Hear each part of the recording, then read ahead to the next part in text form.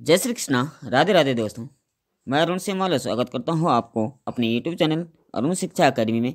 दोस्तों, आज हम केवीएस, टीजीटी, पीजीटी एवं पीआरटी में इंटरव्यू कैसा होता है, इंटरव्यू में कौन कौन से सवाल पूछे जाते हैं, तमाम जानकारी हम आपको देने वाले हैं। आपको घबराना नहीं है और होपलेस भी नहीं होना है, क्योंकि सामान्यतः यह इंटरव्यू आपकी योग्यता के अनुसार दर्शाया जाता है। इससे आपको यह आपके अंदर के नॉलेज को बाहर निकाला जाता है। सबसे पहले आपको सब्जेक्टिव ज्ञान तो होना ही चाहिए, साथ में आपका जो साइकोलॉजिस्ट जो होते हैं वो आपके हाव भाव को देख करके तथा आपके अंदर क्या कौशल है जो आपको शिक्षार्थी को संपूर्ण ज्ञान दे पाए। तो ऐसे ही कुछ सवाल होते हैं जो अमूमन हर बार पूछे जाते हैं। आज हम 20 सवालों पर आपके साथ चर्चा करने वाले हैं। अगर आप इंटरव्यू के लिए तैयार हो गए, एलिजिबल हो गए हैं, तो आप इन सवालों पर गौर कीजिए और अपने इंटरव्यू को सक्सेस बनाइए। तो चलिए सबसे पहले बात करते हैं नंबर 1 पे क्या है। इससे पहले अगर आप हमारे चैनल पर नए हैं तो प्लीज़ चैनल को लाइक, शेयर एंड सब्सक्राइब जरूर करें। चलिए सबसे पहले बात करते हैं। सबसे पहले पूछा जाता है कि आप अपने बारे में कुछ बताएं। सबसे पहला, किसी भी इंटरव्यू में जाते हैं तो सबसे पहले इंटरव्यू वाले यही पूछते हैं कि अपने बारे में बताएं, यानी अपने बारे में संपूर्ण जानकारी देना और कुछ भी झूठ या अफवाह में न रहना, जो वास्तविक है वही बताना। जैसे कि ऊपर हमने उल्लेख किया है कि केवीएस में क्या क्या पूछे जाते हैं।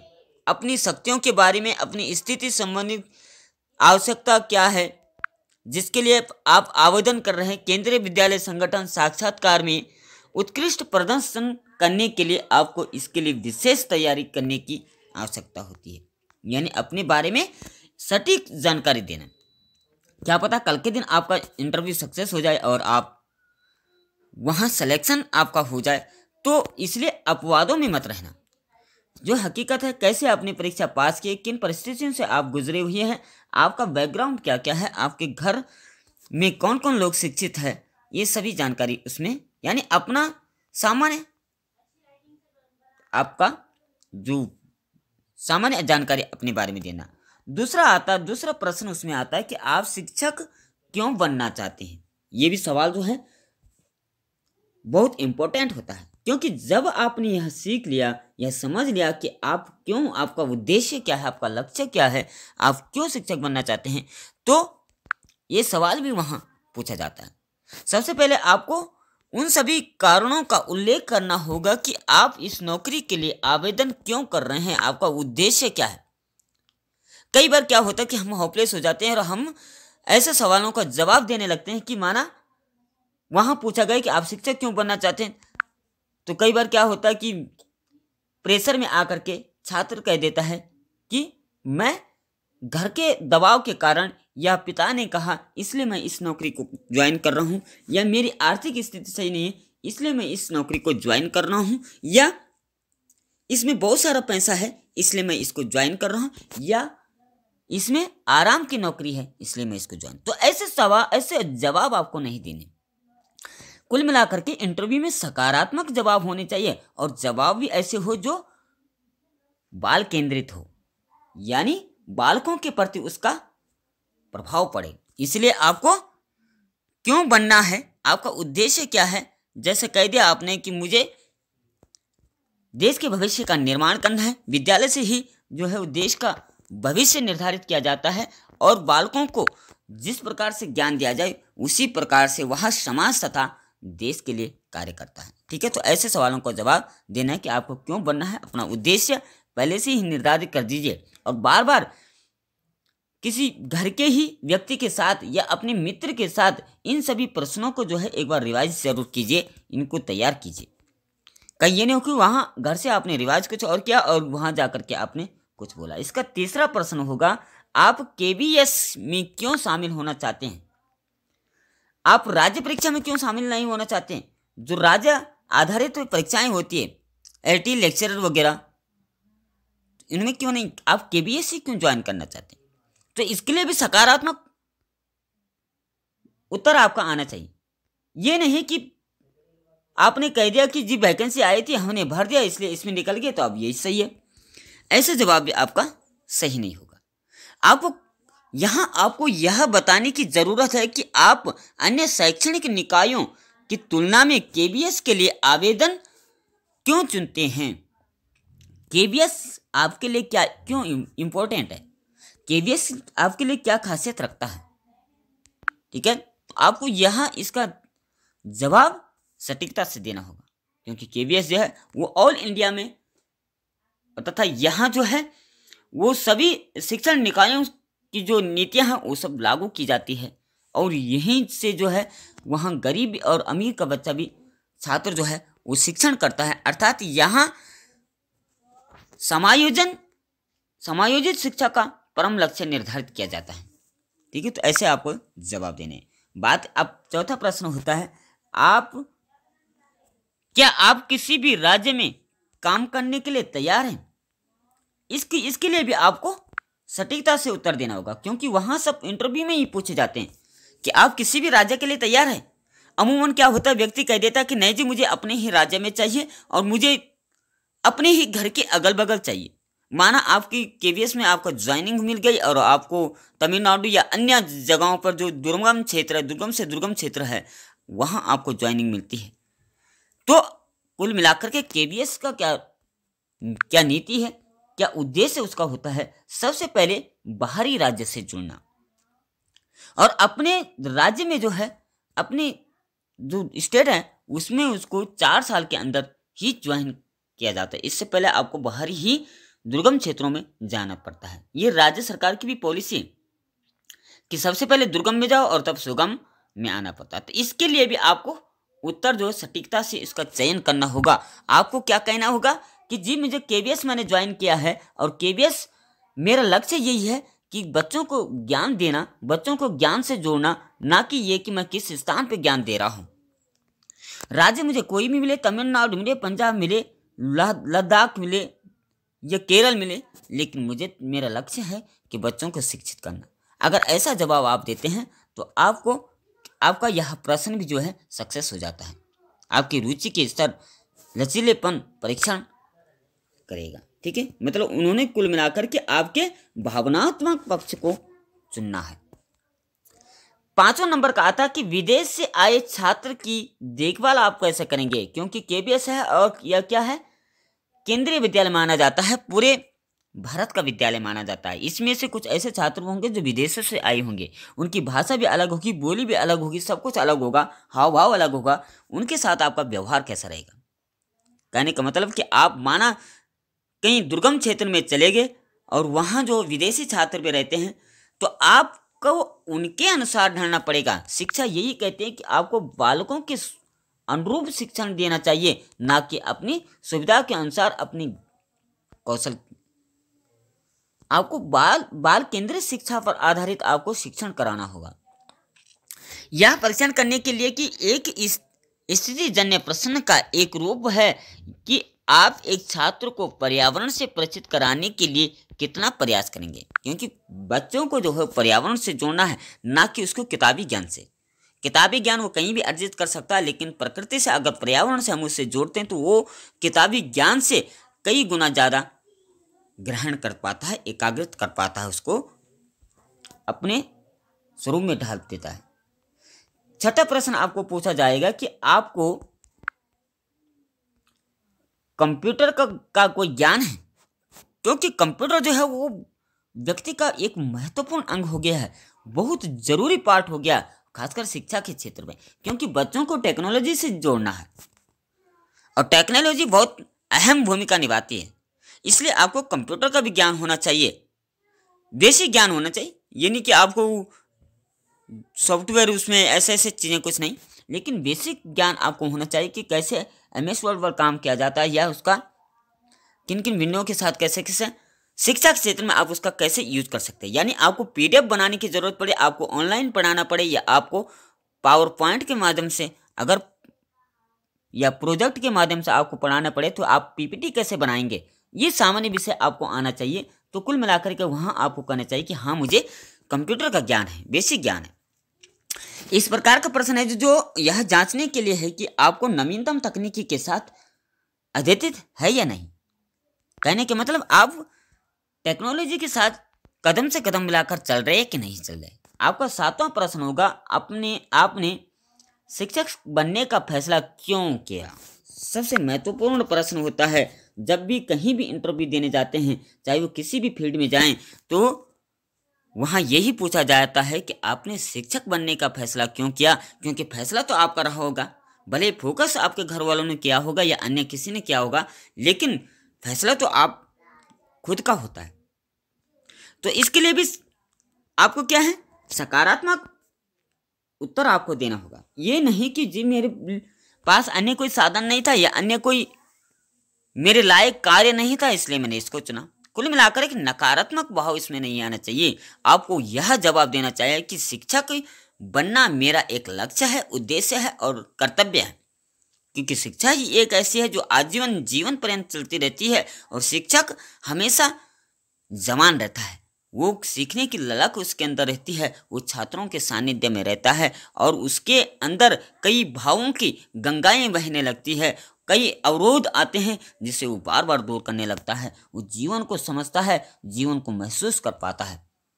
तो ऐसे ही जवाब आपको देने। शिक्षक बनने के लिए अपनी पसंद के पीछे सभी कारणों का ठीक उसी प्रकार से उल्लेख करें जिसके लिए आप कारण बता सकते हैं। कुल मिलाकर के आपको नकारात्मक भाव अपने अंदर नहीं रखना है। इन सभी प्रश्नों को रिवाइज करके जाना है। इससे पहले अगर आप हमारे चैनल पर नए हैं तो प्लीज चैनल को सब्सक्राइब जरूर कीजिए। 8वां प्रश्न आपसे पूछा जाएगा, क्या आपके पास शिक्षण में कोई पिछला अनुभव है। ये भी बहुत अहम महत्वपूर्ण रखता है। माना आपने केवीएस टीजीटी पीजीटी का भरा हुआ है, आप सक्सेस भी हो गए, आपका इंटरव्यू है और वहां पूछा जाएगा कि आपके पास कुछ अनुभव है, आपने इससे पहले कहीं पढ़ाया है। तो इसमें आपको ज्यादा दिखाने की कोशिश नहीं करनी, जो रियल है वही कहना। क्योंकि वो तो बहुत इंटेलिजेंट होते हैं, वो तो हाव भाव पकड़ लेते हैं। वहाँ एक नहीं बल्कि 4 एग्जामिनर बैठे रहते हैं। एक ऐसा व्यक्ति होता है जो उसको साइकोलॉजिस्ट होता है, वो आपके विचारों और शब्दों को पकड़ लेता है कि सही बोला कि नहीं बोला, गलत बोल रहा। इसलिए आपको झूठ नहीं बोलना। अगर आपने पढ़ाया है तो आप बताइए, शौक से बताइए कि हाँ जी मैंने शिक्षण कराया है। अगर नहीं कराया है, पहले है, तो आप कह सकते हैं कि जी ये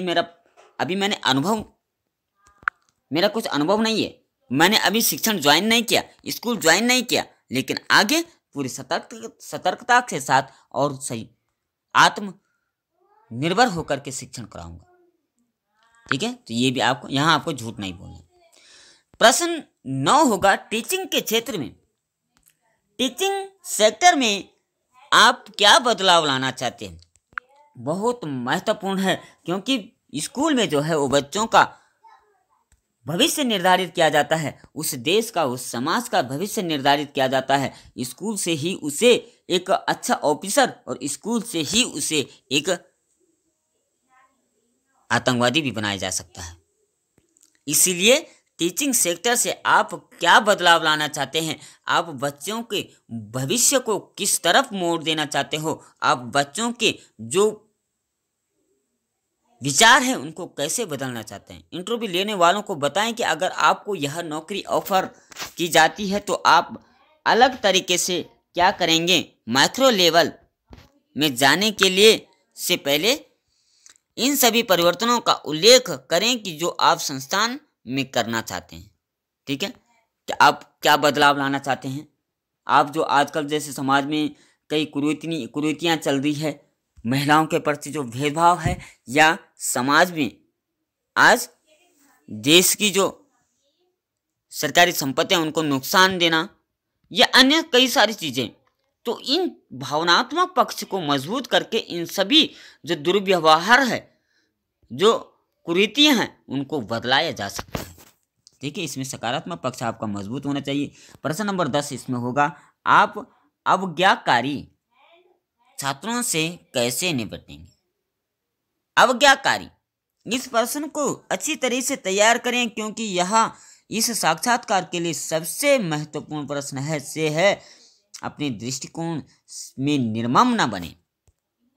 निर्मम का मतलब हो गया, इसमें क्या पूछा, आप अवज्ञाकारी छात्रों से कैसे निपटेंगे। कुछ छात्र ऐसे भी होते हैं उदंडी प्रवृत्ति के होते हैं। माना एक क्लास में 40 स्टूडेंट हैं और उन 40 के अंदर अलग अलग भाव है।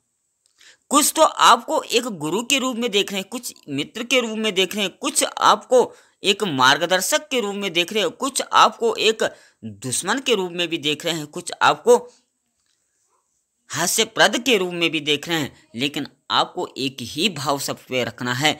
आप उनसे कैसे निपटेंगे जो आज्ञा नहीं मानते हैं, जो अवहेलना करते हैं, जिनके अंदर जो संस्कार पक्ष है वो मजबूत नहीं है, आप उनके साथ कैसे व्यवहार करें। पता चला किसी छात्र ने कह दिया, अब शब्द आपको कह दे तो आपको आक्रोश में ना आकर के बल्कि उसके उन शब्दों को कैसे दूर करना है, आप शब्दों को अच्छे शब्दों में कैसे बदलना है, ये आपकी पहले नीति होनी चाहिए।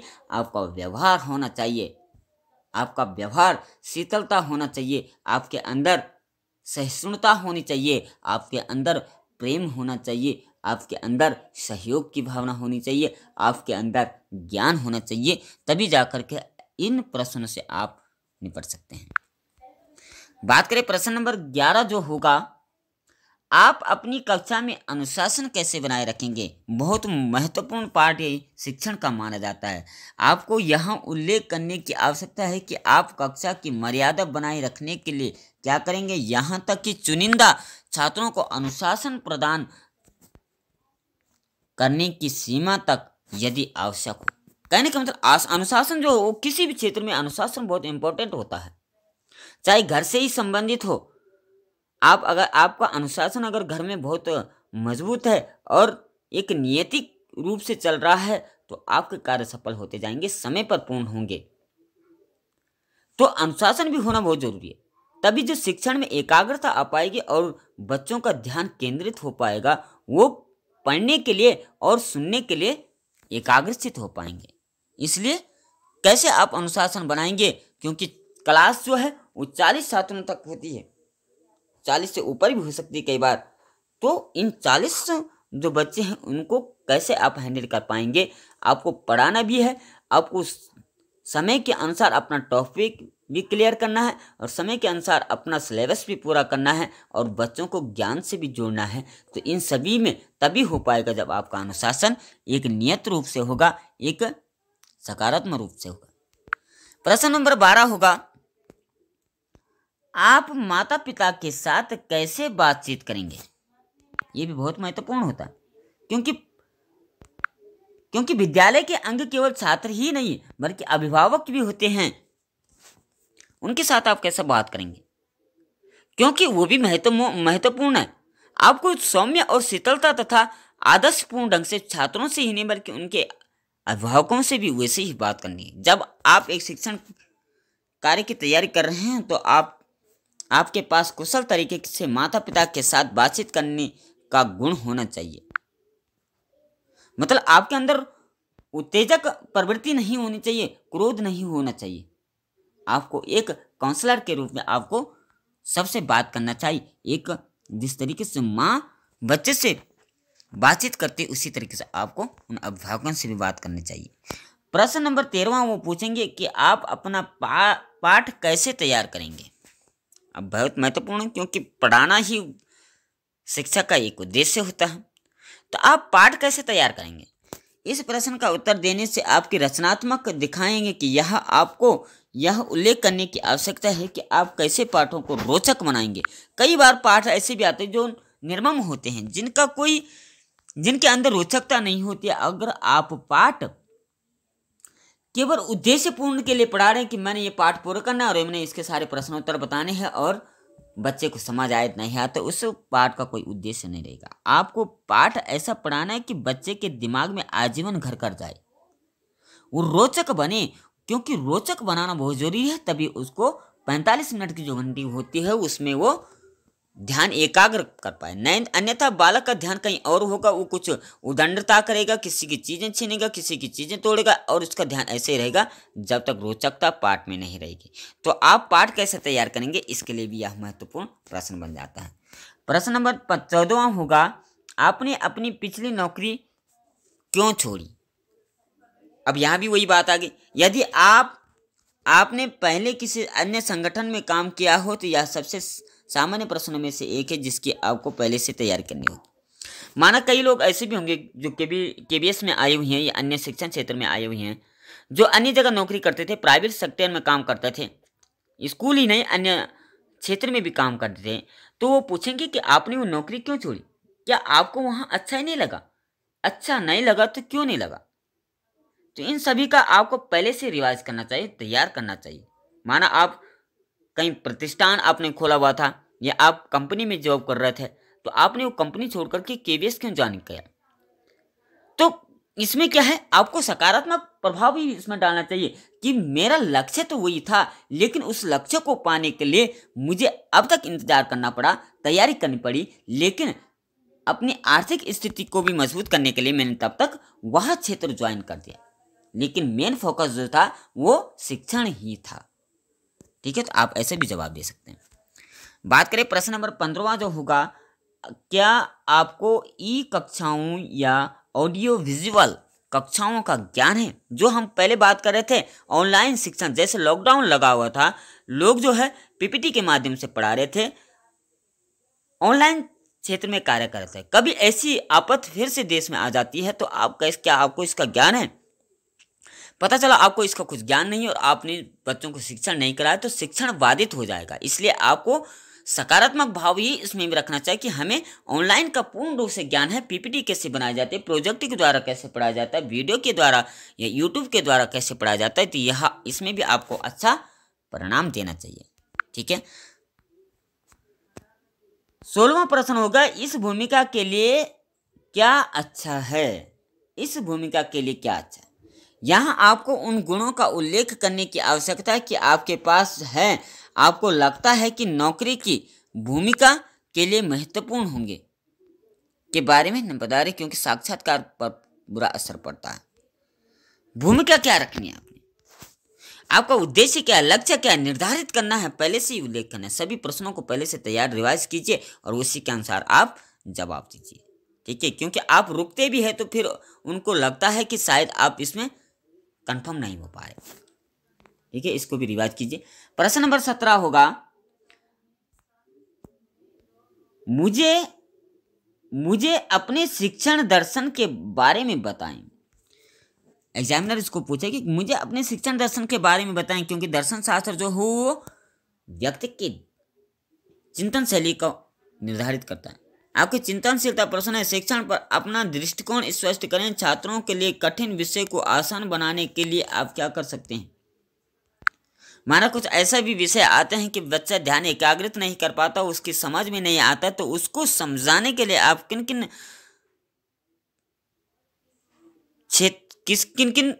चीज़ों का इस्तेमाल करेंगे या कैसे आप उसको प्रभावी बनाएंगे, इस विषय में भी आपको कुछ ना कुछ जवाब देने की आवश्यकता है। प्रश्न नंबर 18वां होगा, एक स्कूल शिक्षक के कर्तव्य क्या है? एक स्कूल जो है शिक्षक की कर्तव्य क्या है? अब कर्तव्य का मतलब हो गया जिम्मेदारी। क्या जिम्मेदारी है शिक्षक की? क्योंकि शिक्षक की जिम्मेदारी स्कूल शिक्षक पर आधारित है। आप उन सभी कर्तव्यों और उत्तरदायित्वों का उल्लेख करना होगा कि एक शिक्षक के पास जो होना चाहिए वह आपके पास है ही नहीं। मेन तो आ गया उसमें ज्ञान, छात्रों की अध्ययन सामग्री तैयार करना, छात्रों में अनुशासन बनाए रखना आदि, ये सब आपके कौशल है, ये आपके कर्तव्य है। 19वां प्रश्न होगा कि किसी कठिन अवधारणा को आप विद्यार्थियों को कैसे समझाएंगे? कई बार आ जाते हैं, कहने का मतलब माना आप पढ़ा रही हैं और किसी प्रश्न का जवाब आपको नहीं आ रहा, तो बच्चों को सेटिस्फाई करना होगा उनको।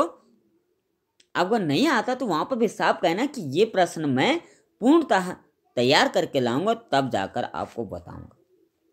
कुल मिलाकर उनको बांधना नहीं है, ये उनको बहलाना फुसलाना नहीं है, उनको सटीक ज्ञान देना है, क्योंकि जो ज्ञान देंगे आप देंगे वही उनके लिए इम्पोर्टेंट होगा, वही उनके लिए सही होगा।